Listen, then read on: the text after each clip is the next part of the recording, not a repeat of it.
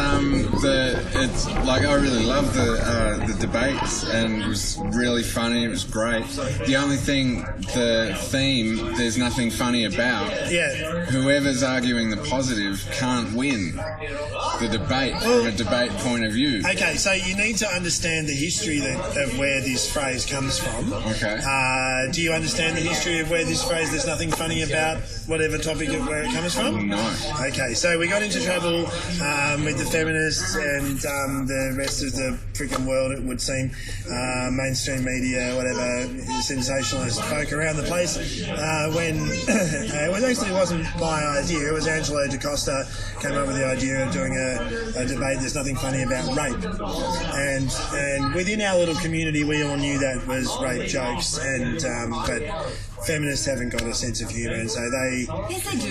Do they? Really? Some of them do. Which ones? I consider myself a feminist. You can't label everybody that is against that. No, I'm a vegan, and I don't reckon vegans have a sense of humour.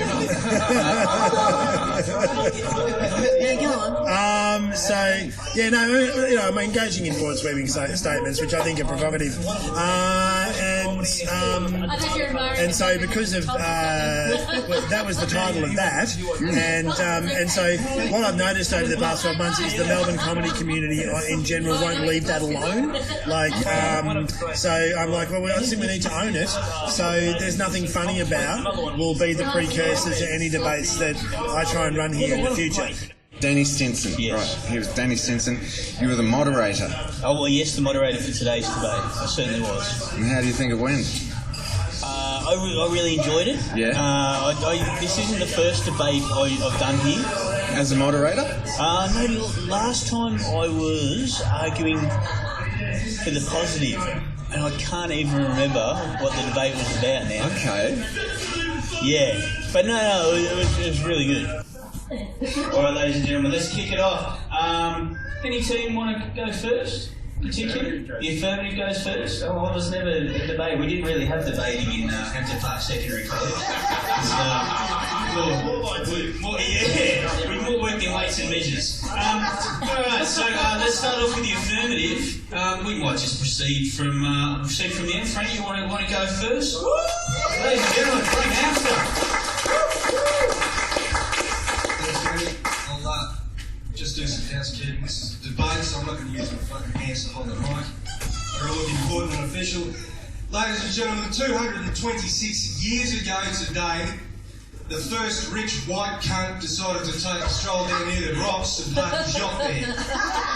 That yacht happened to be full of the dregs of the English prison system.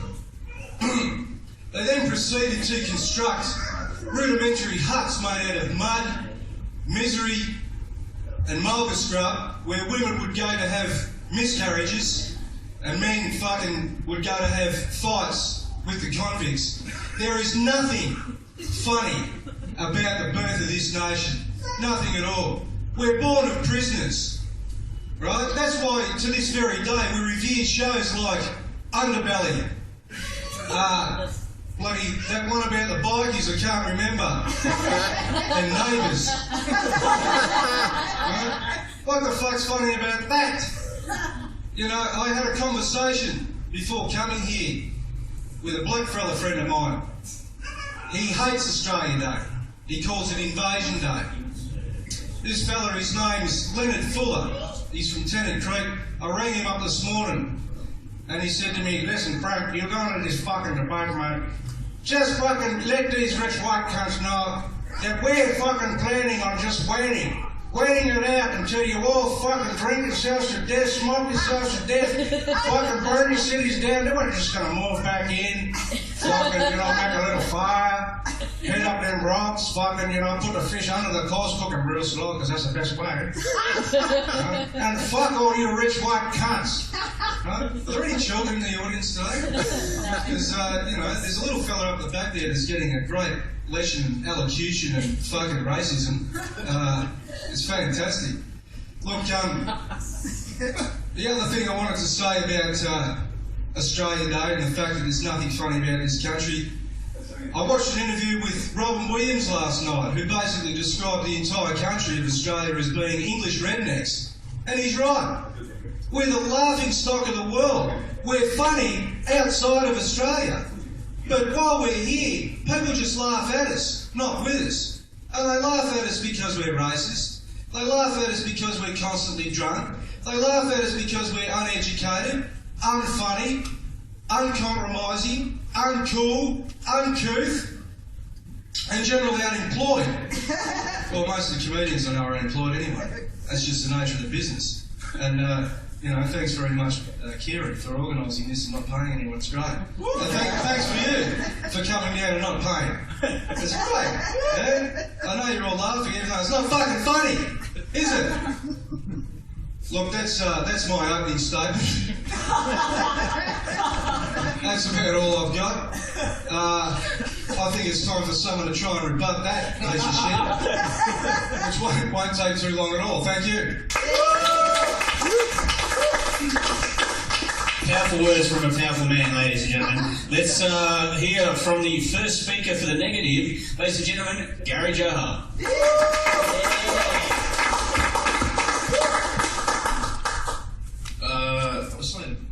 Opposition. I didn't prepare for this at all. Probably should have at least found out which side I'm on. Australia is funny, fucking hilarious. Your Prime Ministers, for example, was it Bob Hawke? Famously could drink beer really quick. That was his great. I'm sure he did like good things in politics, but that was the thing that everyone remembers. That's like someone saying, "Oh, David Cameron is awesome because he can do a huge bong hit." And then there was that other prime minister that drowned because, you know, he went missing at sea. Because people just escaped to the underwater world and just lived there forever. He drowned. And he died. He's not a puppy. He's a prime minister. You don't just lose your prime minister like that. And when I first came here, I found it strange that people ate kangaroo, and I got used to it. It's fine. And I was thinking, what else can you get used to? Like, why don't you just eat koala? You know, it's a lot easier to hunt. It's kind of like just picking groceries from the aisle. You're walking through the bush one day, I'm a bit hungry. Ooh. Indeed. Y'all obviously animal lovers. What else is funny about Australia? Oh, another thing that's funny about Australia is y'all don't just hate boat people, like foreign arrivals. Y'all hate foreign sharks. They're culling all these sharks in Western Australia now because they killed a bunch of people. Which is fine, because you know they always say countries full fuck off, so probably a few rednecks can die out there at sea. But now the government's going along, killing all these innocent creatures in the water, or as Tony Abbott calls it, Operation Sovereign Borders Part 2. Of course, the one shark they didn't want to kill was the great white shark. A bit of hidden racism. But it's great. It's a great country. You've got a lot of great comedians, great clowns. I think there's actually this troupe of performing clowns. They call it the Liberal Party. Hilarious. And I'm just going to end it there, but I think we're all going to agree with the opposition because the proposition are a bunch of cunts. No, that's true. Thank you.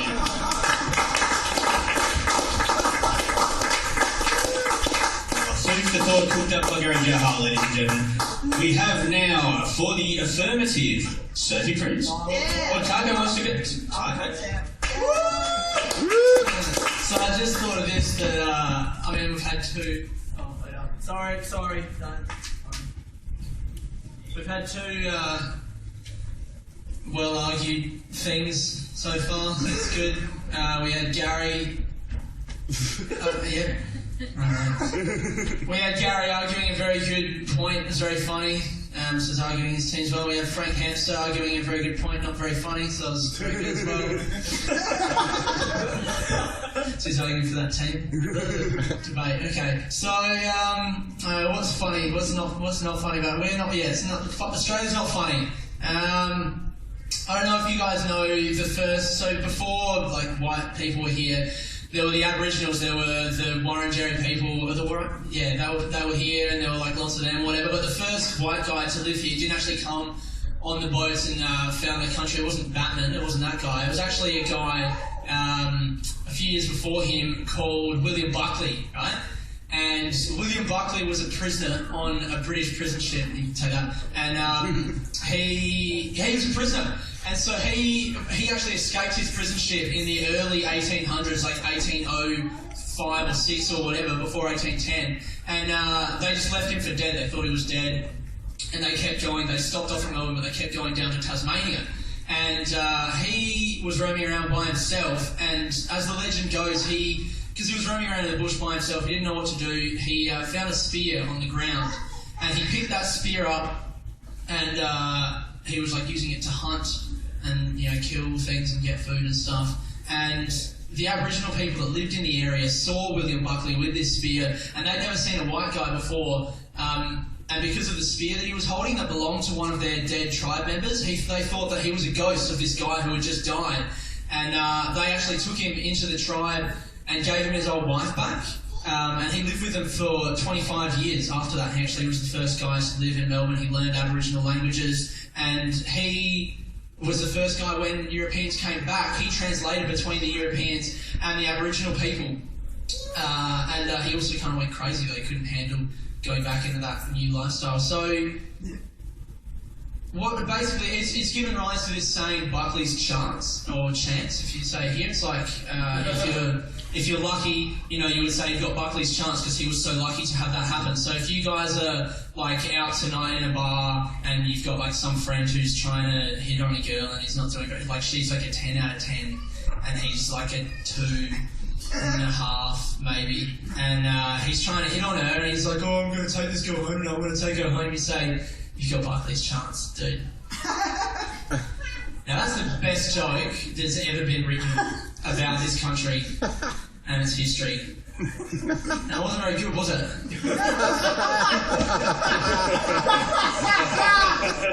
So, case closed.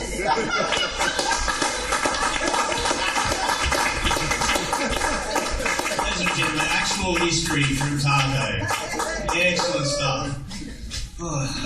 You know, I actually made this lecture. How hard rubbish I made it. I thought since only sort of, you know, one other person's decided to actually fucking debate, I may as well tell you about the lecture. So,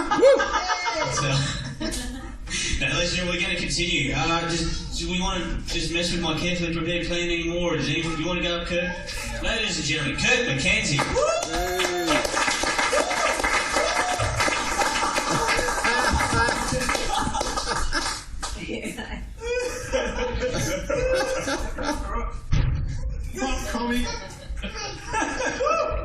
Okay, I have a quick admission to make. I ride a bike, and part of that is because I destroyed my car. I don't know if anyone's ever had to jumpstart their car before. I don't like this either. It all be changed back. Ever jumpstart a car, big fella? Yes. Yeah, right. You've got to put the red one onto the positive, and you've got to put the black one onto the negative. See, I fucked it up. I destroyed my car. I've had a similar problem here today. I spent all my time working out an argument for the negative. You guys are negative or the affirmative? You're the affirmative because you agree that there's nothing funny about it. You guys have a really tough job because I spent all day trying to work out your argument and there isn't one. The best you guys can hope for is to be funny because it says there's nothing, so nothing funny about Australia. So you just have to find one funny thing about Australia and we win. Okay. I found this bike in hard rubbish, which is an Australian tradition. Going around scabbing shit out of hard rubbish. Every Australian does it. And what I've done with this bike is I've made it funny. I've done this by... it was already pretty funny to begin with because it's got bully written on it. I'm trying to stamp out bullying in the schools. And some genius bike manufacturer's just gone, nah, fuck it, let's encourage it. We'll give him a tough blue bike, we'll write bully down the side of it. It did have a sticker on the front that said bully boy, but I'm in the process of removing that. So what I did to make this bike funny was I put a purple basket on the front, which is meant for putting painting when you're doing some painting. You might hang that off a ladder. I got that at a $2 shop for $4. I think I might have got ripped off there. I spray painted the bell purple. I put on this fully aluminium front brake assembly. Apparently aluminium is meant to make it go faster. I don't know about that because bullets are made of lead. And it really wants to go fast. When I run into someone, I want them to hurt. I don't want an aluminium bike, but anyway, aesthetically, the aluminium is great. I also bought a very expensive bike, a similar size, from the Animal Liberation second-hand store in Burwood. We've already won that debate. This bike's funny. Okay. And I bought this expensive Schwing bike, which is a Scandinavian brand, and I put the mudguards and the wheels on. This blue cog here comes off a BMX, as does the hand grips. And as an Indigenous Australian, I am pretty proud. Oh yeah, and like myself, it also has a rape whistle. Now some of you are probably looking at it and going, what about the safety features? Where are the reflective lights in the wheels? They look shit, I got rid of them. It has no reflective shit on the front unless you count the purple pedals. So it's a pretty cool bike all round. And sorry, there's one feature you haven't seen. It's also got an aluminium stand on that side, which just isn't colour coordinated at all. It sort of sticks out like dog's balls, but I think that gives it some of its unique charm. And it's also got a bell on the back. Every time you go over a bump, it makes that sort of bell noise, which makes it difficult to sneak up on people. But when you have a heavy bike made of lead, you probably it's probably for the best. Okay, so as a poor Aboriginal person on Australia Day who needs to drown his sorrows, because there's nothing funny about Australia Day, unlike the rest of Australia, which is just hard rubbish and collecting bikes, I'll be selling this bike at the end of this. And I'm at 5 minutes, it's gone. I'll be selling the bike, just come to me with offers, but I've already invested maybe $51 in it, and so, yeah, that gives you some idea of sort of money. Yeah, well, my labour's not worth much, I'm an Aboriginal. Anyway, so, as we all know, there is plenty funny about Australia. That's it from me. Thank you.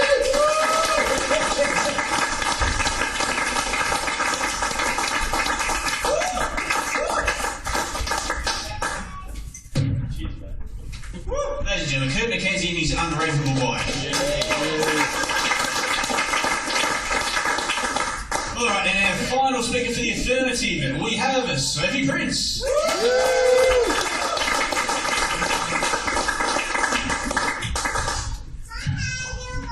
Hi.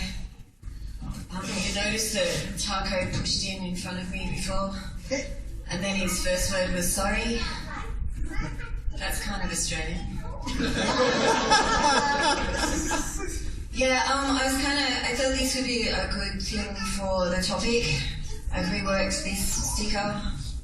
It doesn't say baby on board, it says baby I'm bored. Because this is a kind of a boring topic, isn't it? Kirk, I really have to disagree.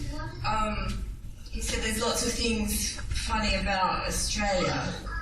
There's not. There's funny things that come out of Australia. Australia's a country, and it's just a country. There's nothing funny about that. Think about it. I'll make it easy. A map.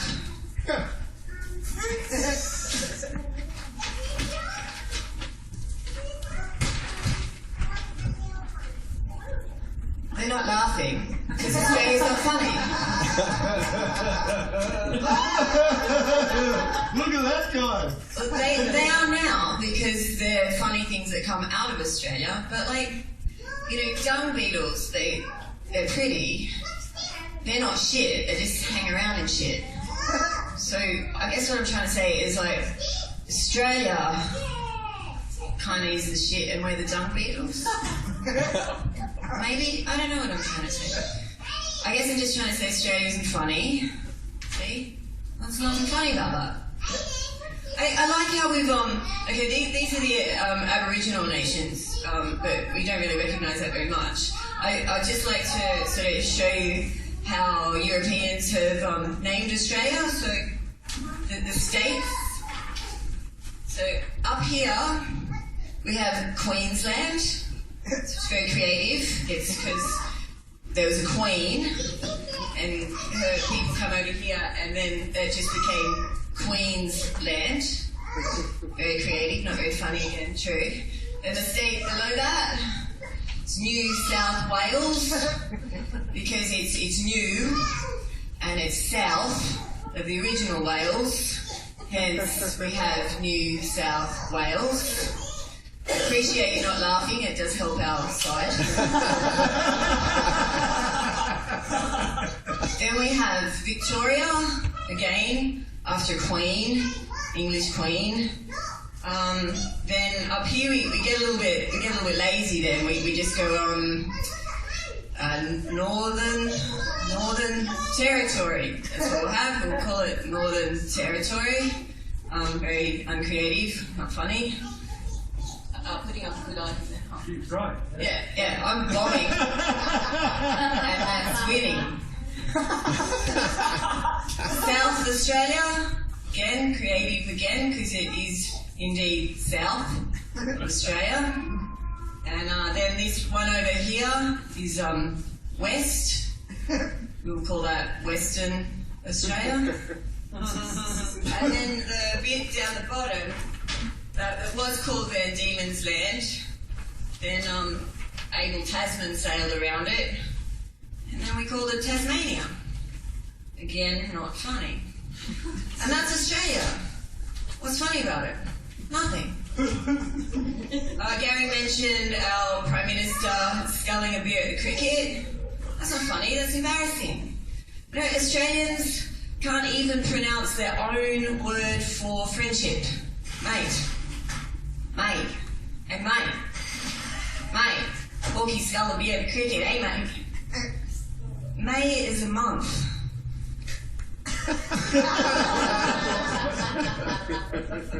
Mate. Yeah. It's not funny.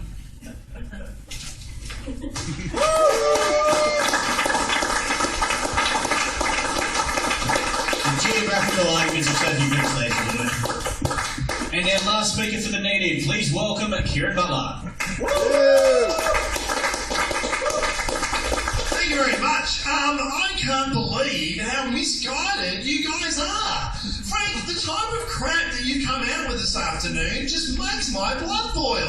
You've tried to suggest that the massacre of an Indigenous population is not funny. I mean, for Christ's sake, have you ever seen Schindler's List? That was funny as fucking fuck. I mean, Australia's going to succeed in genocide. You think everyone's going to sit around going, I'm so sorry about that? They're going to laugh at that shit up, motherfucker. Everybody loves that stuff. It was like teeing off at the fucking racism in Australia. The racism in Australia is funny as fuck. I mean, seriously, how fucking funny a fucking Australian racist, oh, you fuck off, you can't say that, come here on your mates and take more fucking job, you can't say that. Let's send the baby at the fucking slaughter the fucking these days. Let's pick a fight with Indonesia. There's only 223 million of them, but there's 20 million of us. We'll fucking kill them in a fight. You know, I mean, that's the type of racism in Australia is fucking fantastic. It's xenophobic sort of racism, you know?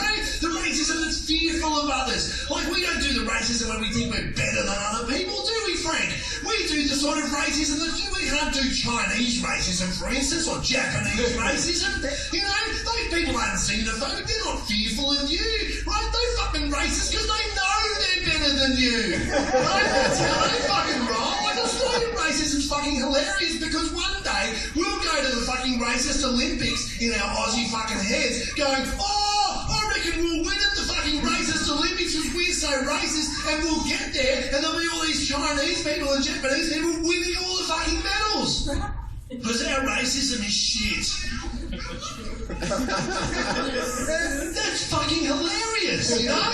What the hell was Taco talking about? Nathan Buckley is going to work out to be the worst fucking coach of Collingwood that I've ever seen in my lifetime as a Collingwood supporter. He might as well go and live with a fucking Aboriginal tribe for all I care, because all he wants to do is instill discipline into a bunch of fucking racist, xenophobic, fucking genocidal footballers. I mean, what's the point of that? I don't understand it. Like, seriously, Sophie's up there with a map going, oh, fucking here's my map of Tassie. Doesn't even go for that cheap gag. You know?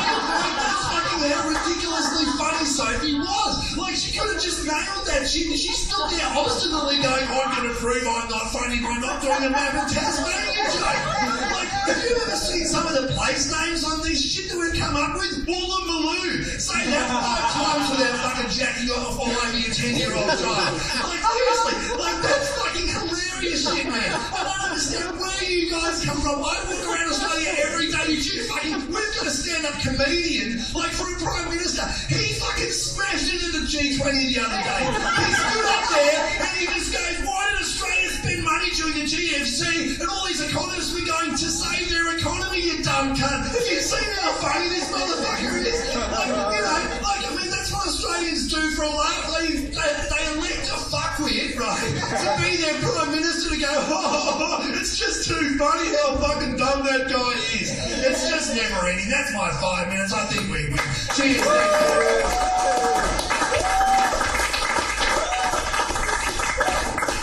Yeah, Kieran Butler, ladies and gentlemen. I don't actually have a tag for that one. I heard genocide a lot. I'm going to just put the genocidal arguments of Mr. Kieran Butler. Alright, so we've come to the... Funny, man. It's funny genocide. Have you ever seen Pol Pot's routine on it? So to take away from this debate, if anyone wants to A, help me sedate Kieran later, or B, buy a bicycle, feel free to make offers for both of those things. But I think what we might do, we'll see who won by a round of applause, I think. So if we go first, the affirmative team, we give a round of applause if they persuaded you the affirmative. Yeah? Very good. What about for the negative team? Give a round of applause if they have...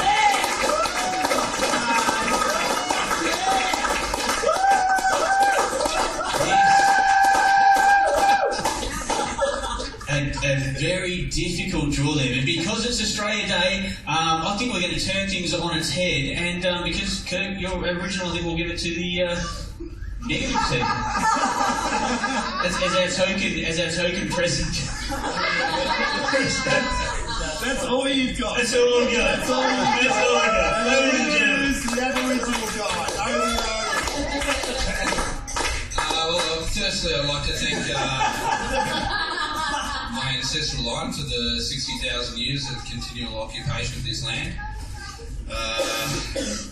I'd also like to thank white Australians for taking my great-great-grandmother away from her family, and so that I have no idea about my culture at all, other than I'm into Chuck Moon. Right on, man. Right on. Yeah. And that's like, and seriously, it's worked out well, don't you think? Like, all we've always tried to do is improve your life, and I think, you know, proof positive. I just love attention, really. My heart was never in this debate. Just being honest. But I'm serious about the bike. If anyone wants to buy let's talk prices out in the beer garden. Cool. Thanks again for picking us as the winning team, and these guys over here as the losers. Well done. Thank you. By the way, Kurt's a dole bludgeon Aborigine, and that bike has been funded by your taxes, so you should pay fucking nothing for it. Nothing. That's the spirit. Take it. That's the spirit. That's what we like to see. Hey, Greg's got his wee boy here. If you get him on the bike, he'll be like, oh, Dad, can I have it? Done deal, man. Like, just, that's what I do. We don't want a kid to own it because they just don't appreciate what they do. kids get everything given to them, right? Alright, then I I guess bloody it's- scrounge through hard rubbish. I bought bikes at bloody op shops. I put this all together. Does anyone know whether Aman is actually back in town? Because he's obviously the only adult I can think of who's He's just going to leave it out in the rain for us. This isn't just a bike; it's a work of art. And It's fucking true, man. I can see all the work you you've got to done. look after it properly. Yeah, that's great. Ladies and gentlemen, can you please thank Frank Hamster, Sophie Prince, Taco, Darryl Taylor, Andy Newton, and Greg McKenzie.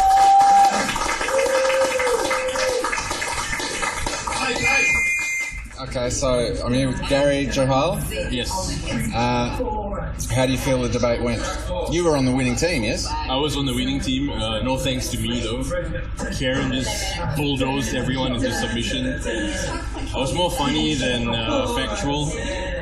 Talking shit as usual. Made a few jokes. It was basically just an opportunity to do a bit of stand-up, and then I sat down. That was it.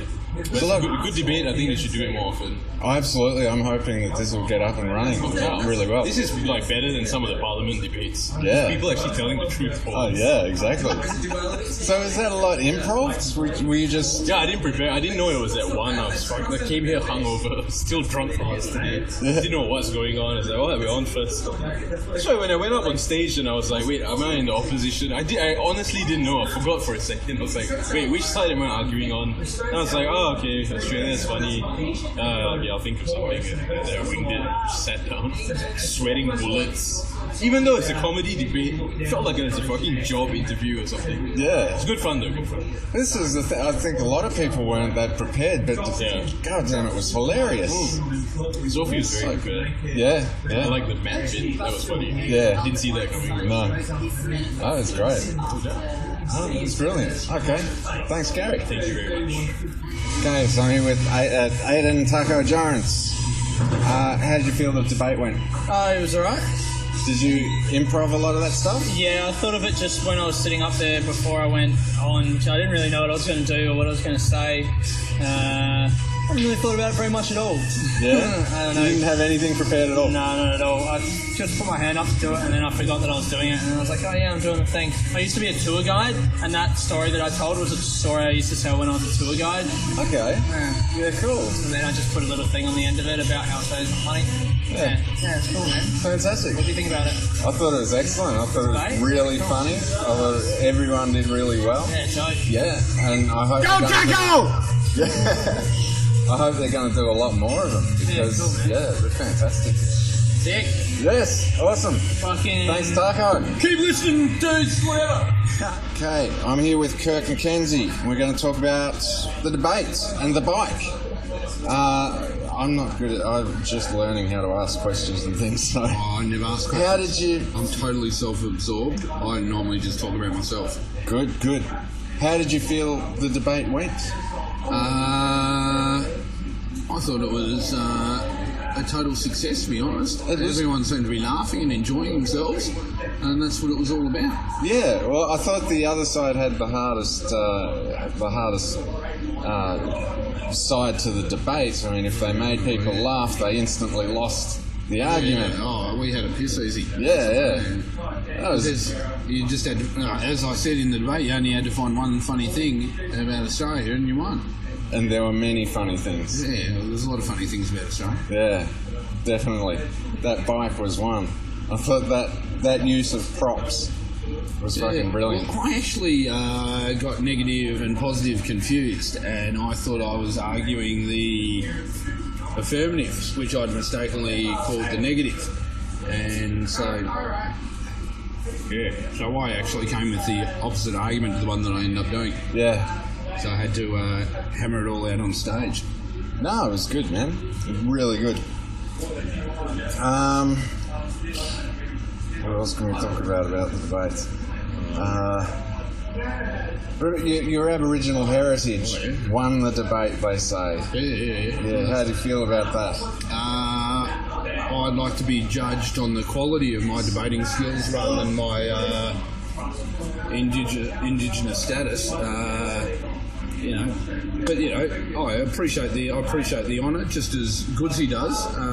Neither of us put our hand up for it, and it's been bestowed upon us, and we accept it graciously, but we also have to remind the Australian public that you're a bunch of cunts that came to our country and tried to perpetrate genocide against our people. Fucking and this yeah. is the day that you're celebrating that, and you can all go and get fucked. Very. What are we going to do about the Burke and Wills statue in Flinders Street? It's about time someone fucking blew that thing up, isn't it? It's about time someone ran over that with a bulldozer. Yeah. Fuck yeah. Anyway. Put some... Right. Well, let's wrap that up, because... Kirk McKenzie, thank you very much. You're welcome. It's been a true pleasure to be interviewed by York Magazine. Brilliant. Thanks, mate.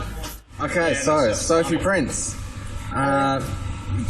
You took part in the debate, and you had a different approach to everyone else. You came prepared. Well, I did. I brought a map of Australia. Yes, that's nice. Thanks. Because I drew the short straw. I had to argue that there's nothing funny about Australia. And, it's kind of a bit difficult. So I just thought we'd just focus on the map and the names of our states, which aren't very funny. Yeah, that was good. I think everyone liked that. It was a comedy debate saying something's not funny, though, so you kind of not... You can't... You need to be not funny, really, to win the argument. You had the impossible position. You could not win that debate because as soon as you were funny, you lost the debate. Well, that's why I was trying to get it away from, like, Australians may be funny. Things that come out of Australia may or may not be funny. But the actual... Brought it back to... And we've got such a shit history, too. Like, technically, it should have been... We should have won that debate. Like, really. Yeah. I brought a lot of friends along. Yeah. We're kind of like bullies, Australia. Like, we big note ourselves. We're like the new kid on the block with a shady past. So you sort of get around going, yeah, but check out what I can do. And, we do have that kind of I've been to prison attitude, don't we? Yeah. Been to prison, man. Yeah. You hook up with the other tough guys. I don't know. I understand that people need pride. I'm kind of against nationalism. I think it's really dangerous. I'm not at all patriotic. I hate nationalism. Skrillex and some of the West have any place on No, please join in, do. Sophie did have the most well thought out. In terms of just strictly the debate and the topic, Sophie actually had the best argument. Absolutely. The way she presented it is very smart. And she went past all the humour of, like, because it was just dark humour, like, Australia's so far from therefore it's funny, but she took the different approach of, like, no, actually you shouldn't laugh at that. Very smart. And I think very underappreciated. I liked it. I was laughing my ass off because I was thought, like, what the fuck is she gonna do? And then she terrible radio, and there was that moment of silence, it's all awkward, and she was like, see, there's nothing funny about it, and it hit. Perfect. No, it's great. You can end the interview right there. How well you did. Cool, let's do this. Alright, okay, so Kieran Butler. Yes. Now, you were on the winning team. I was. And you were the negative. There was just a bit of Sophie sitting next to me and she came like that. So, do you think it was rigged or something, or do you think the audience didn't really? Yeah, it was a bit actually. I was a bit surprised, Danny, because you got to really go for the. It sounded to me like it was half and half. You got to go, okay, everybody else. Let's do it one more time, and then people make that decision to switch that. And you just lazily go, oh, give it to them because they've got an Aboriginal. Possibly the whitest Aboriginal. You're talking yourself down. No, there's an albino guy I ran into last week. He's the only albino Aboriginal around, apparently.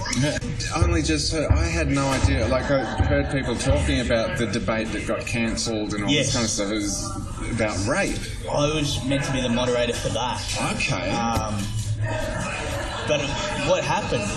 It was a whole big thing and everything. But personally, I think it got sort of blown out of proportion. And a lot of the comics I didn't cop any flack for it. I'm going to be honest. Nobody messaged me or nobody even sort of spoke to me about it. A lot of the other comics copped a lot of flack for it, but in the reality is some of us didn't even know what it was about beforehand. I got asked, do you want to do a comedy debate? Do you want to moderate it? And I was like, yeah, sure. And then we only found out when the poster came out, and then it just sort of all took off. Went to shit, Yeah, right. That's a shame that didn't happen. It's that thing, there was something recently, like either it's all okay or none of it's okay. Is that the line? It's a difficult thing with censorship. Like, looking back, I think it wasn't the best idea. Yeah. Yeah. So, I don't know. Personally, it is a pretty maybe rough it was subject. a bad idea. Yeah. And I guess that it's going to open it up to who can be the most offensive in that sense, in that kind of... Well, it depends. Like, today the debate, like, it was hardly about the subject at all. No. They tend to go like that. Yeah. It's just ripping. It tends to be. It starts off. It's this idea of the debate, and people start off with a loose idea, and then they just riff. Yeah. Sometimes they just turn out like that. I didn't do very well. That's the thing. It's not. I don't like standing on stage and delivering stuff and it not being funny. To be honest. Yeah, that was the trick of the thing. And the idea of the theme of there's nothing funny about ... Whoever takes the affirmative of the argument in no matter what it is should be very serious. Yeah, and I tried to find a pillbox hat. I just wanted a pillbox hat. That's a really good point too. You just need to twist that word a little bit more to make it more open to both sides. Exactly. Yeah. Absolutely. Funny can be taken two ways depending on how it's said. Yeah. That's I really like the way you portrayed it though, because you're going, I'm not going to be funny then. Yeah. It's a great stand, yeah. Well, you were the only one that actually debated, I think. Yes. Yeah. In my head, I'm going, she was a school nerd for sure. Oh, debating team, chess club, what was it? Debating team. Well, Kirk pulling out a bike, I think that we knew that he was going funny. Everyone's in there going, is that the little girl's bike? You shouldn't be riding it. And I think you don't need to take it too literally. Yeah, I think the trick is, and to illustrate the point, because my head's been so full of like running this, this little festival and all the different stuff I had to get done, I came here today thinking I was on the affirmative side, and it didn't bother me because you just need to flip your argument around and just make it funny. Yeah. Like, it's really just a start point to be funny. Don't get too bogged down in the idea of what the actual words mean. Yeah. This is the day. Do you find a lot of people have a lot of guilt on this day? I think a lot of people have anger, to be honest. Yeah? I reckon... I don't know. I've never really understood Australia Day. Yeah, me either. It's a crock of shit if you ask me. Yeah. And it's quite disrespectful to the indigenous population. Absolutely. Because I reckon those 60,000 years that we were here before the white man turned up are as important, or if not more important, than the last 200 years. And we should be celebrating all of it, not just the last 200 years, where mammals have been getting wiped out to extinction in Australia at a greater rate than any other country in the world, let alone continent. And Aboriginal health is so atrocious that we have the lowest infant mortality rate of any developed country in the world. I mean, it's a fucking disgrace. We shouldn't be celebrating this. So the level of white guilt today in this establishment is just off the charts. I'm all for white guilt. But the thing is, I find that the people who have so much white guilt are the ones who have the least reason to feel that, because they're obviously the most socially minded and they feel about it so strongly that it hurts and they're trying to make a difference. But like, the ones who should be making a difference, the ones who don't give a fuck, they don't have any guilt at all. You know what I mean? Like, it's kind of sad because you're the guys who are actually trying to make a difference, and you're the guys who won in power to change the system, and you all have the empathy and all that, just treat people like humans. And you feel so guilty, and it's kind of like sometimes you're powerless to change the thing. But those motherfuckers, those redneck bastards who are the ones doing all this like racist shit and just being mean, they have no guilt at all. They could use some of that white guilt, but they're just like, And I feel so bad. Like, it's so hard to be white sometimes because if you have a conscience, it's like if you're a German. Like if you're a German, you know, I have a friend who grew up in Germany, and just like they keep instilling like how bad the Nazis were and all that, which is true. But like the new generation, they just feel so fucking bad about it, and they're just so ashamed to be German, and it's kind of like. You don't really have to. It wasn't you. It was your, but it's like gets so. I just feel so bad for them. No sense of national pride. Yeah, they fucking hate themselves, man. At the same time, I also hate U2, and I think U2 is just as much of a disgrace. Oh, these fuckers, yeah. I'm wearing a U2 War t-shirt. Yeah, it was the only thing I had clean. With a cold sore, I think it is. Cold sore? I think it's a split lip, but I always thought it was a cold sore. Yeah. You thought it was a sexual deviant? Why does he... Yeah. A bit young to be sucking cock. Well, I guess you can get cold sores from kissing other kids and suck cock. It's Ireland. Big Catholic community. Oh, yeah, of course. Well, like, I mean, it's a good country. Like, nowadays. Yeah, it's great. No, it's great. Like, they do a lot of good. Like, they give a huge amount of money to just overseas aid and stuff like that. But joining the conversation, Serene Desiree. Oh, is this a? Oh shit! I'm sorry. We're just no. Please join in. Please join in. I'm just recording stuff for a thing. I'm going to take my white guilt to the bar. Does anybody want a drink? When all the concentration camps fell in Germany. I think we get a jug. Yeah, I'm throwing for a jug. I think it was Patton who liberated them. And is that enough? We need another 350. 350. Oh, he went to the nearest town and ordered all the Germans out of their houses and walked them all through the concentration camps and just said, "You see what you people have done?" And like, apparently the German civilians were just so embarrassed about this thing they'd been ignoring for years and years and years, and where hundreds and hundreds of thousands of people were killed. No, it's kind of like if you're the son of a serial killer or something. Yeah. You know, there's someone, but I can't remember who it was, but one of them, like, she's the daughter or the son of a serial killer or some kind of dictator, and, you know, they fucking hate themselves, but, like, you know, it's not you. Your dad was an asshole. Yeah. But then they have to go, you know, just so far in that other direction, and they just take on all this guilt. And sometimes it feels so bad for them, because it's like, you know, it doesn't really feel that bad. They're like just dying under the weight of something they didn't do. I've noticed the Hitler family name has really died out. You don't hear that a lot. It's not a very proud name anymore. No. Adolf's Didn't it another used to one be called people get called. Hey? Yeah. Is that right? Well, the Hister connection was that who was the great fucking mystic?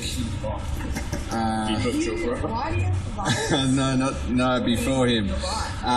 Anyway, he wrote in one of his quatrains that a guy called Hister would... Nostradamus. Nostradamus, wrote in one of his quatrains that a guy called Hister would invade Poland and whatnot, and he read that and said, Hister, Hitler, must mean me.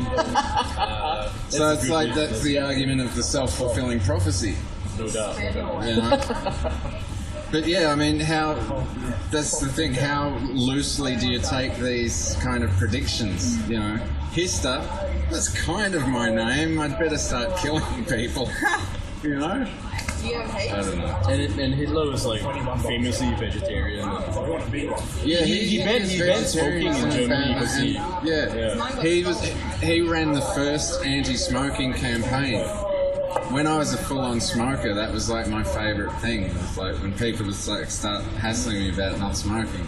I wanted to talk about this documentary. The documentary that I grew up with called Rape of the Big Scrub, and it's about the complete decimation of all the rainforests from like South Queensland down. That all used to be rainforest, but they cleared it all for red cedar and then grazing land. Okay. And there's a documentary called Rape of the Big Scrub. And I wanted to talk about that, but I forgot.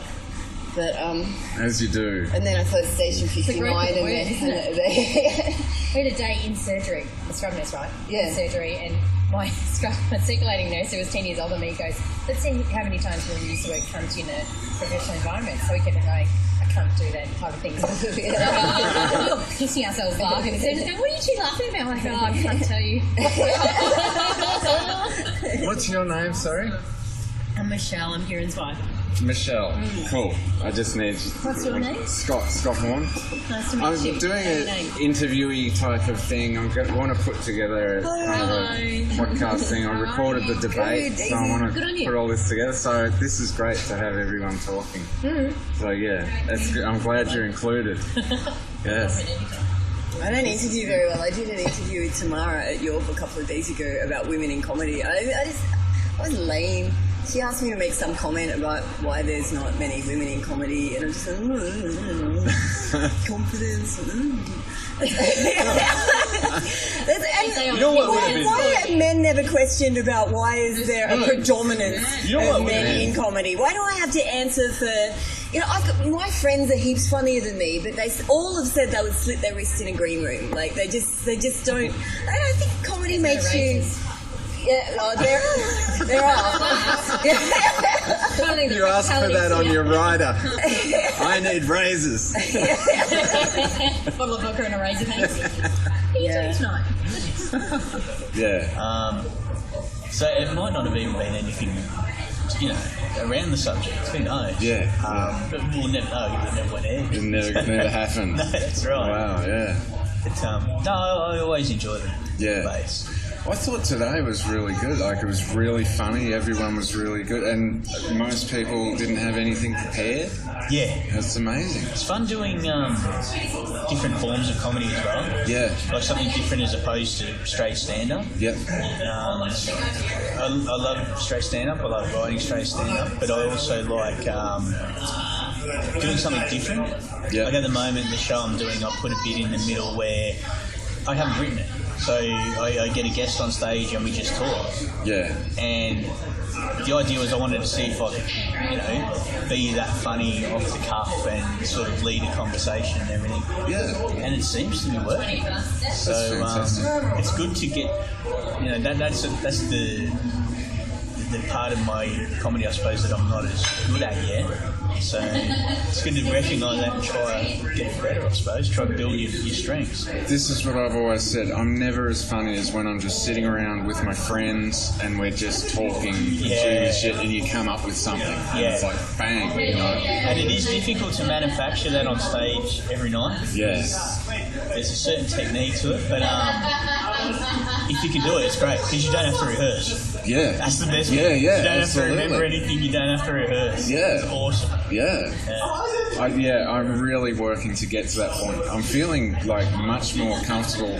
When I first started, like if I didn't get a laugh or I didn't get enough, I'd walk off going, I've got to rethink everything. And now I'm just like, if I don't get the laughs, I'm just like, okay, well, I've got to rethink some stuff. But, you know, big deal. I didn't get a laugh. Who cares? And sometimes that never goes away. Like at the end of each gig, sometimes you've got a little default setting that goes, that was crap, that was horrible, but you've just got to ignore that. No, you know that's that's the thing about human nature. The further away you are from the actual experience, the easier it is to be cruel. Like that's why, like, you know, when you set up a power structure, if you're a prison guard or something, and then when the person becomes the subject, becomes less than human. You know, like when they first colonized black countries and all that, you don't see them as humans. Or like, you know, if you're a general, you're not seeing people dying on the front line. So you're like, yeah, fuck, attack this shit. But the soldiers who are actually seeing death and destruction every day, they're the ones who usually like, what the fuck are we doing? Yeah. Because it's not an abstract thing. They're fucking balls deep in blood. Yeah, and they have that, but they still have that power, that like crushing power over them that says keep going. Like, and it's just But that's what they do. Like when you're in the armed forces or something, they just break you down and just make you an obeying machine. Yeah. It's about the and the language they use. You know, objective and get get the objective means kill that motherfucker. It's not the objective. You're killing someone. They do that a lot in basic training as well. They have these techniques like a lot of times they'll just invade the shit out of your space to sort of take away your own sense of personality. So like, do you see how far you guys are from each other? Yeah. Like, I don't know, you're a few inches. Like, they'll just the drill sergeant will just get in your face like that and just like take away all sense of self that you have. It's really interesting. I was watching a thing called Generation Kill, and all through it you've seen these guys and they're just in each other's face, and there's like a redneck guy and he's going, you nigger, and the black guys, you redneck motherfucker, and they're like really attacking each other. And then at the end of it they explain, no, that's what we do to harden each other up. Yeah. Like, they just fucking go hard at each other. Although what Kirk did with it was very clever today by saying if once you say nothing, you mean zero, zilch, complete, no value whatsoever. So all I have to do is come up with 0.1% of something that even remotely is chuckle-worthy, and we win. But once again, he was playing with the semantics of the words, so I don't think you need to take it so. What amazed me about the guys on the affirmative was they seemed to be quite keen to take it literally. As a debate. Yeah, and they go, I must now therefore prove that there is nothing funny about Australia. Yeah. And it's like, well, no, you could do that whilst being funny. Yeah. Because I just got up and said I had to switch my argument around. Yeah. I mean, initially I was going to get up there and say, here's a list of things that aren't funny. Genocide's not funny. Like, you ask anyone in Kampuchea how much fucking fun they were having during that particular cleansing. Ha ha ha. No. Let's all jump on a tram and go to Caulfield and ask them about the attempted genocide in World War II. And here's a list of things they'll be describing as horrific. Like, I'm proving that it's not funny whilst being funny. Yeah. I don't understand why everybody's taking it. No, I gotta say, I love the way you flipped it around and just went the other way and said it is funny. Genocide is funny. It's genocide. It's fucking hilarious. Yeah. I thought that was genius. Because it is the touchy subject. It's unfortunately that's one of the words that's like the rape word. This is one of these words. And people go, oh, that word, and it's like no, it's a word, and our jobs as comedians is to jump into the shit and paddle around in it and try and find the funny in the dark. If you fancy a doctor's type yourself, coloured textbook, just put the lids back on. Will do. Yeah. No, it sort of helps to build your strengths and weaknesses. It's really good. And it's one of the best things you can be in comedy is not always funny, but interesting. The interesting people come out. Yeah, I've noticed, I think Doug Stanhope, he has these opinions that people either they agree or they don't, but he has these strong opinions and he somehow throws in the funny with it. Yeah. And there's a lot of people like that. The comics I most like to watch, they're not only funny but interesting as well. Yeah. Sometimes a heap of one-liners, I don't know, it doesn't work. Just for me, it doesn't work as well. Because I'd like there to be something interesting behind it and stuff as well. I'd rather have something of substance to say. Yeah. But I mean, that's just comedy taste. Everybody's different. Yeah. It's good. But, so what is York Magazine? I hear about it all the time. York, I have no idea. I've only just started. It's not a paid gig or anything. It's just a chance for me to write. It's for someone that I've still got to prove myself. I'm in the proving ground stages of it. I have no idea what I'm doing. But the other thing I want to do is put together like a video podcast type of thing, like a little show of thing, and a lot of it will be about comedy and a few other things I'm into. It's this kind of insanity. It's a mass insanity to make this guy's generation kill. Are they soldiers? Yeah, it's about a bunch of guys that were in, I can't remember which ones they were, but they invaded Iraq. Oh no, yeah, that was Iraq. Like when they had the Iraq invasion, there was the two spearhead forces made up of Marines, and one came from like the south. Oh, is it North Korea? What? Is it? Yeah. Oh no, sorry, it's a light. No, so they had the two spearhead groups. One came from the south, one came from the north, and then they embedded a Rolling Stones writer with them, and then the guy wrote a book called Generation Kill, and then the guys who made The Wire made Generation Kill, and it was just like. It's fucking good, man. It's almost more realistic than a documentary. Yeah. And they use all these military terms where they don't explain it at all. Yeah. Like, they're like, we're Oscar Mike in 5 mics, which is like, we're on the move in 5 minutes. They don't explain it at all. There's a whole glossary online. Yeah. And you watch it, and it's just like, shit happens, man. Like, some soldiers were assholes. Some of them were nice. They blew up some people at a roadblock that they shouldn't have. Yeah. And then sometimes the soldiers felt bad. Even the commander was like, we're on a mission. This casual war, blah blah blah. A lot of it gets explained. It's very really well. And it's more sort of like it's shown rather than explained. Like you just see it, and it's like okay, you can sort of see how fucked up it is, but you understand as well. Yeah, a friend of mine, his friend is like entering into he's a commander of a small tank force, tank. I don't know what they are, a tank unit or whatever. And they were saying like, so hypothetical situation, you see a little girl in the middle of the road and you're in a tank and you say to her like, move, you try to scare her, she doesn't move, what do? Like, tell me, what would you do? I would stop the tank. Yeah, the answer is kill her, because that's the objective. No, because what they're going to do is, that's an ambush. A little girl standing in the middle of the road, they're going to kill you. And you can't think like a civilian, you have to think like, well, it's them or us. That's the thing, it's in a war zone, it's a different mentality. And I mean, I was reading this this article by the soldier, and he was saying like about 40% of soldiers have PTSD. That's too small a number. Like we're recruiting too many psychopaths into the army and stuff like that. Like more people should have PTSD from all this because it's horrible. Yeah. And I don't know. Anyway, He's my uncle, by the way. Yeah, this is my nephew, Mo Man. He found me in Africa. Yeah. So.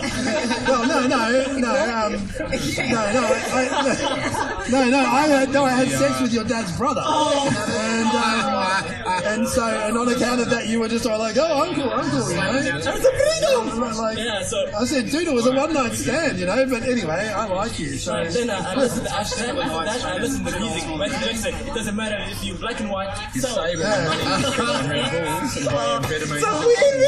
kind of like, who's winning? No, you're winning. But Michael Jackson was always saying it doesn't matter. He was always saying it doesn't matter if it's black or white, but that motherfucker had colour televisions.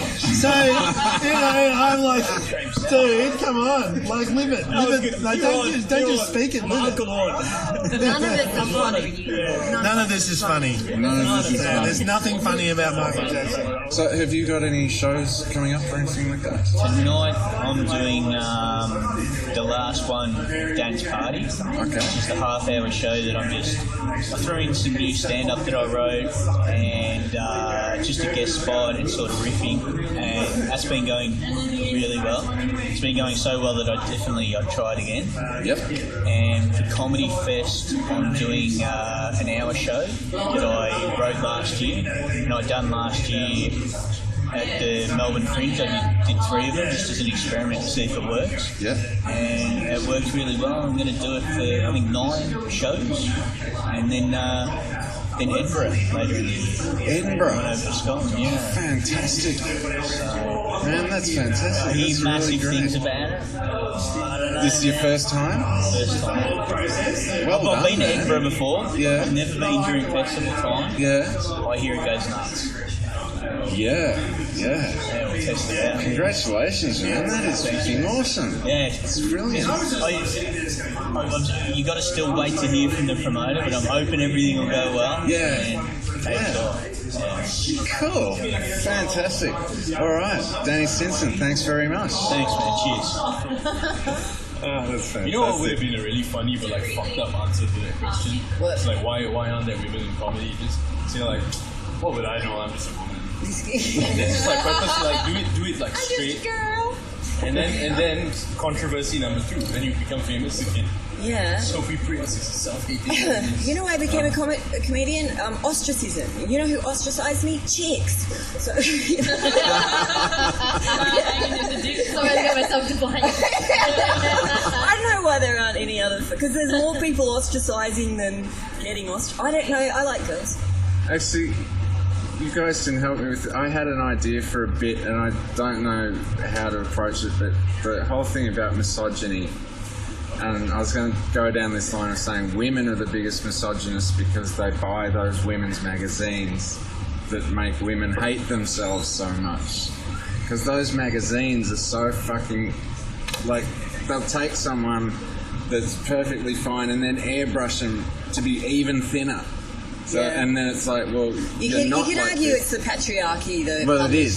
That's exactly it. It's they're the ones that are running it. You walk into a 7-Eleven or a newsagents and you've got the like Clio and Cosmo and all that, and it's just like, how to fuck your man, and then you gaze over to like Zoo and Playboy and say, I'll fuck your man, I'll fuck your man.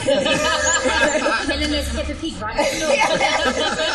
You can't win. You cannot win. Exactly. Everything's against us. Well, yeah, it is. I don't know. About undermining. There should be more female comedians. It's about undermining the confidence. The underdog. Yeah, Absolutely, there should be more women in comedy. I'm going to have to get Daisy Sharman in it. That's my answer to that question. That just don't take it so literally. Yeah. You know, find the funny. And in future, for anybody else who gets involved in the debates, and we will be using that thing and owning that thing, there's nothing funny about, and it'll just be whatever the topic is, work with the topic. Yeah. And try not to worry about the idea of winning. Winning isn't really the point. Debate is really just a word. Yeah. It's not really relevant. Comedy is the relevant And I think it was word. very instructive that all three of Kirk and Gary and myself turned up with nothing prepared. Yes. We just stood up and went something. So I know you bought your bike, which was I suppose you did build a bike, so it's a bit of preparation. I only brought the bike into it as much as I did because I no longer had any material because I formulated my argument for the other side. But the other guys seem to have really sat down and made notes and brought in a map. And they probably took it too seriously, I think. Yeah. But you know, this is the hubris of the victor. Yes. Isn't it? Yes. You know, Absolutely. they went about it the wrong way, didn't they, boys? Yeah, it was our completely lackadaisical slapdash approach that won the day. You know? Like when we won that war in, I don't know, wherever it was. What was that country with all them Muslims in it? Oh no, sorry, it was a peacekeeping thing. Oh, who can tell? I get those mixed up all the time. There are always malfunctioning humans, though. It's society malfunctioning. It's war is old people talking and young men dying. Like that's it. Someone said. I think it was in Homer's Odyssey. I'm pretty sure. Yeah, I don't know what a reference. I was going to say like some song. There's a manifesto. I've said this a few times. No one's listened. Albert Einstein and Bertrand Russell wrote this manifesto after the dropping of the atomic bomb on Hiroshima, saying that because technology has come to a certain stage, we have to really abolish the whole idea of nationhood. That we know, like we have to become cosmopolitans. Yeah, to define yourself according to nation, and and fight wars on those kind of invisible sort of boundaries. Yeah. Well, I mean, and a lot of people are like. That's why cutting the foreign aid budget is so stupid, because we have so much money, and why should they die just because there's some imaginary border separating us? Like, just shit like, I don't know. Someone said, well, I can't remember who it was, but they were saying as space travel gets more just every day, people will start getting up there and just seeing the world. So rather than seeing your little part of the world, you'll actually see the world as a whole, and you'll start thinking differently. People's consciousness will actually change. That's what they said about the astronaut guy, right? Wasn't it? One of, can't remember. One of the Buzz Aldrin or one of those famous guys. He was saying that experience of being in space and looking at Earth in its entirety, it will humble you, and it will shift your perspective so permanently. And when you come back to Earth and you look at all these little squabbles, you're like, this is fucking bullshit. What did you think about the Hitchens that was put on the thing that women aren't funny? Christopher Hitchens is a really interesting I character, really like him. and he raises. And and he was playing up to being a pig as well. Yeah, exactly. And he kind of is a pig. Yeah. Or was a pig. He's dead now. But But he wasn't saying there weren't. He wasn't saying there weren't funny women in comedy. He was saying there are. I know, and that's why the rebuttal. He enjoyed taking the rebuttal to pieces. Yeah. He's saying, look, they're validating my argument. Yeah. Now they're just like being amusing for my, No, I think a lot of women don't have the confidence that men have. It takes them a lot longer. Yeah. As they age, they get more confident. Yeah. And that's why Christopher Hitchens' point wasn't completely wrong. Like a lot of, on a sexual level, he was going, men need to hone their comedic skills, because if they're ugly and unattractive, that's what they go for. The best chance. And his argument was that, chicks, but girls are meant to be demure. Meant to be, they're not Men necessarily. are supposed to be. It's a cultural thing anyway. Like chicks haven't even been involved in the comedy scene unless they're the butt of the joke for that long. I'm repeating myself anyway. I don't know. Yeah, this was meant to be about Australia Day, not chicks and comedy. No, anyway, it's all good though. Yeah. I think what we need to do is have just just fake a giant alien attack. Yeah. Because then all of Earth could unite against these fake aliens. Yes. Yes. And we- Yes. It's funny you You should need say a that. common enemy. Yeah, We exactly. need like the global September. My parents, yeah. I'm a lizard. Sorry? You're a lizard. I'm an alien. Oh, yeah. It's funny you should bring that up. Oh, it's cool. Yeah. Wait, what? Are you like the Mexican alien No, or she's like like alien she's alien? a Alien alien. You're like a reptilian, right? Yeah. Oh, you're one of those shapeshifters. Yeah. I seen you on YouTube. I've seen. That was my sister. She enjoys a good shapeshifting. I find masturbation so far from boring. To do, maybe. It's kind of funny, like it can, you know, the facial expressions, the loneliness of it, like there's something tragic about Afterwards, masturbation. just feeling so alone. Shit, y'all are approaching masturbation at the wrong angle. I love jacking off. God damn, it's a fucking awesome thing. I don't know. There's Nature's gift to us. You It don't is, even even need another person to get off. Fuck, awesome. Yeah. I know. I love Richard Stubbs' joke about Need to masturbate. if God didn't want us to masturbate, he would have given us shorter arms. I think that's my favourite joke. Hey, animals, ever. but like, you know, there's a video online of that monkey fucking the frog's face. Have you seen that? No. It's like a chimp in a zoo or something. He found this frog and he's using the frog to, like, he's fucking the frog. That's awful. But you know, he's a monkey. What does he know? He's just getting off, right? Yeah. Who doesn't like pleasure? That This frog. is the thing about. But the frog. I hate you, monkey. But you know, it's also like maybe the frog is like a really particularly dirty frog. That's like, yeah, fuck my face. Hey, don't judge the frog. Don't judge the frog. I can expand my neck. Go crazy. Maybe the frog and the chimp have like a sub-dom relationship. Frog likes to be dominated. It's like, yeah, stick that monkey cock in it. Tastes like bananas. This might be a stupid question, but are you American, Siri? Yeah. Okay. Which part? California. Oh, no doubt. Okay. Americans piss me off. Like, whenever I meet an American, they're just so fucking dumb. I don't know why. See, that's like white guilt and then American guilt. No, it's not. It's not like guilt though. It's just like I see them. No, I know what you mean. And they're just like, USA, America's the best. We kick your asses. It's just fucking bullshit. Anyway, it doesn't matter. Yeah, I feel like that about Australians in London. I reckon. Sorry, I cut you off. My sister married an American. My niece married an American dude and they're living in DC now. And then her daughter is 6 years old, right? And then my sister's husband is a little bit right wing. And my niece, it was interesting because she's 6 years old, and then when she came here, she was telling us about she knew like the Pledge of Allegiance and the anthem and everything. Oh, yeah. And she kept going on about how awesome America was, and then my sister was saying like, yeah, in school they teach them to be like really, really patriotic. They do, and But like everywhere. it was weird because like sometimes it got a bit weird because my niece would say to my sister, she's like, "Mommy, you're from Singapore, right?" And she's like, "Yeah, aren't you glad to be in America? Like Singapore was not so good, so now you're in America. Like it's awesome." But like, you know, she's 6, she doesn't know. That's obviously what she's been taught. The patriotism is overwhelming. Like, Yeah, it's quite scary, man. The national pride is like nothing I've ever seen before. It's insane.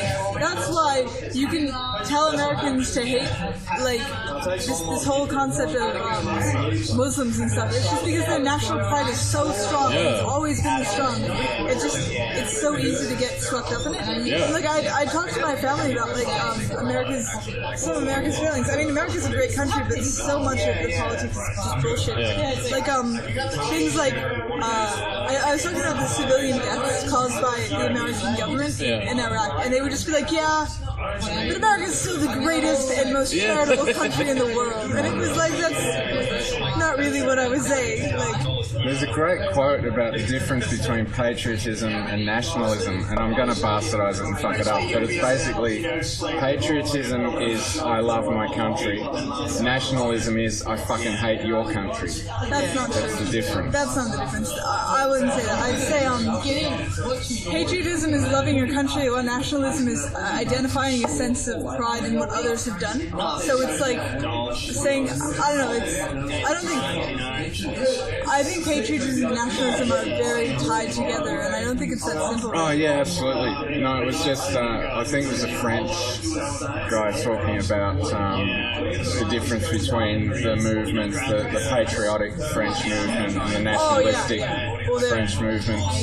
And yeah, he was just. That's what I love about monkeys, though, that they just have no shame about it. I feel like we can take a lesson from monkeys. We humans are too much shame, man. Well, that's what I wanted to say on the interview the other day, but I didn't say. Like, I don't think I have a lot of confidence still now, but I just have less shame. Yeah. So, like, it's taken me this long to go, all right, I actually do want to do stand-up, and I've gone, and I've done it, and I really like it, and I'm not going to go anywhere. But it's not about having more confidence. It's just about being more shame-resistant. Like, I can bomb now and just go, nah. I actually decided to give myself permission to suck. Yeah. Like, I just went, if I get up there and no one fucking, I don't fucking care. And I got to the point with the last gig I did where I just, I turned the whole room against me with my first joke. And then I just went, well, fuck it, they're not going to laugh at anything anyway. So I just went on and did it. And I've decided the more I practice, the more I get on stage, the more I'll be likely to do the crazy things on stage. And, I would never have pulled my pants down. Right? And drank a beer through a condom. I did. Oh, my God. Because I've got Australian flag underwear on. So I had this thing about drinking a beer through a condom, and I thought that'll be funny, and I thought, well, I'll pull my pants down and do it. No, actually, you know what? It was funny, but I think, right, if you had like a half-hour set, if you did that midway through the set, because it's one of those things, like, it's really outrageous, unless everyone's, like, already hammered and comfortable. Yeah. Like, you did it in the daytime. Yeah. You were the first one. It's about 2 o'clock. Yeah, you were the first one. That, it's nothing wrong with that. I was laughing my ass off, but, I remember I looked over to you when I did the joke about Miley Cyrus. I looked over to you and I saw the look on your face was just like, oh fuck, I can't believe you're opening with this again. How do you dance to an abortion? I have no idea. I had a thing about I was going to slip over, just take it to the extreme. Abortion isn't funny. There's nothing funny about abortion. This is the thing. It's one of those jokes that I don't know why it makes me laugh, but it does. It's so wrong. That's what it is. There's so many different things that will make people laugh. Wrong. Sometimes you do laugh at the wrongness of stuff. No, I mean, just look at a funeral, like a wake for a funeral. When people die, it's the saddest shit in the world. Everyone just ends up making really morbid jokes because that's just a way to cope with it. But that's the way Kieran went with this debate. Yeah. He just went hard for genocide. It's hilarious. It's good to have a tactic going into these things. This is true. With no tactics. So I've got to race off and sort out Daisy's show. So anything else you need to know? No, well, there will be more, yes. More coming up soon. Okay. More will there be more debates? Yeah, I think we'll probably get one going for the comedy festival. Oh, fantastic. Yeah, I think we'll find a way to shoehorn that in, maybe on a late night or something like that. Yeah. But I make a lot of these up as I go along, so... Here's the topic we should do. Should Kirk McKenzie be banned from performing stand-up comedy? Oh, well, okay. Which side would you be on? I'd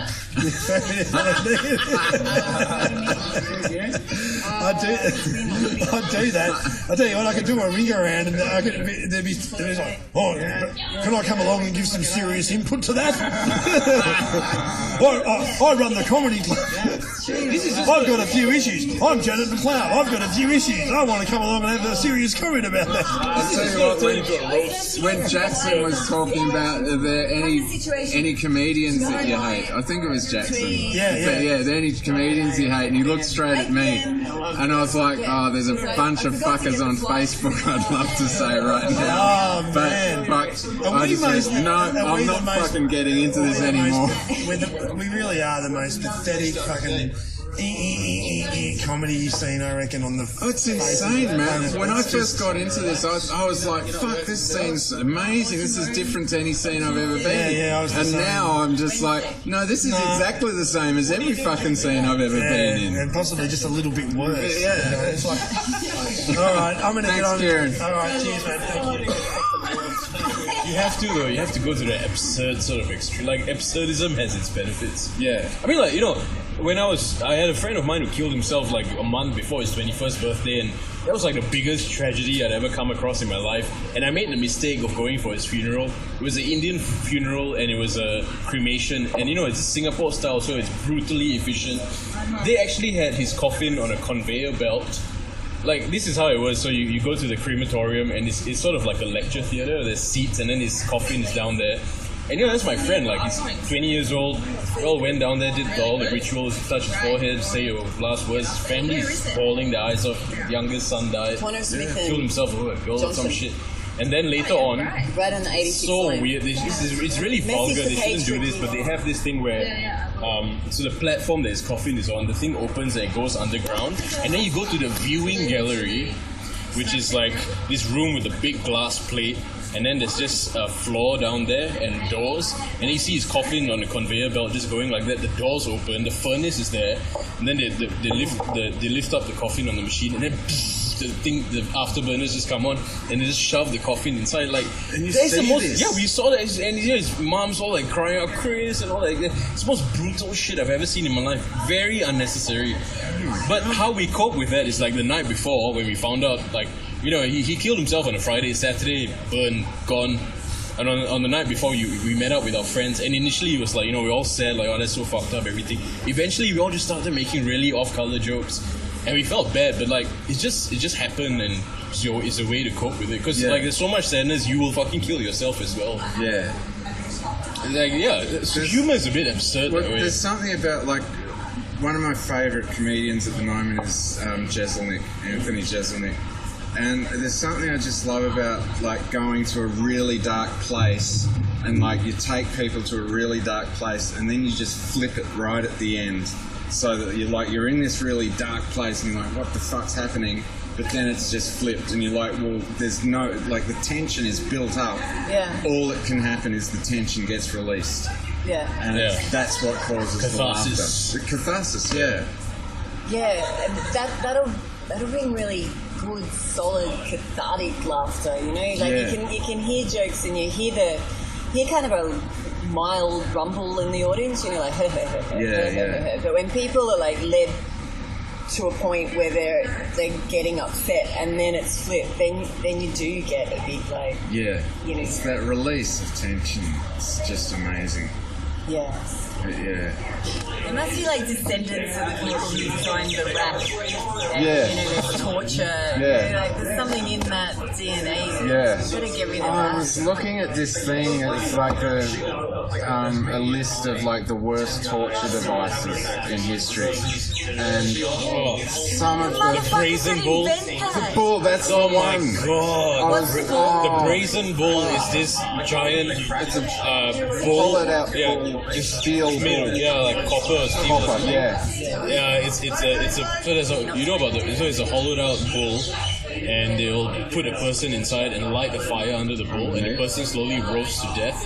And there's 2 holes in the bull's nose, so when they scream, it sounds like the bull's making noise. Someone came up with that, and if I'm not wrong, the guy who came up with that approached the king with his idea, and the king thought it was awesome, but he was also disgusted at the guy, and put the guy inside as the first victim, burned his ass. Before the guy was dead, they took him out and threw him over a cliff. Which is what you deserve if you invent some shit. Yeah. No one deserves that. Although he did, that's interesting. Have you got some? Just the ideas now. Just a theoretical question.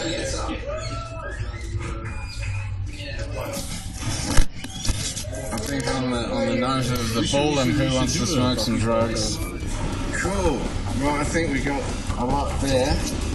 Oh, it's still on. Sophie Prince, thanks very much. And Gary Dougal. No problem. Thanks again. And what's your name? Are you recording? Yeah. I'm just totally interrupting your... No, it's fine. What's your name? Daisy Berry. Daisy Berry. Cool. Fantastic. Thanks for...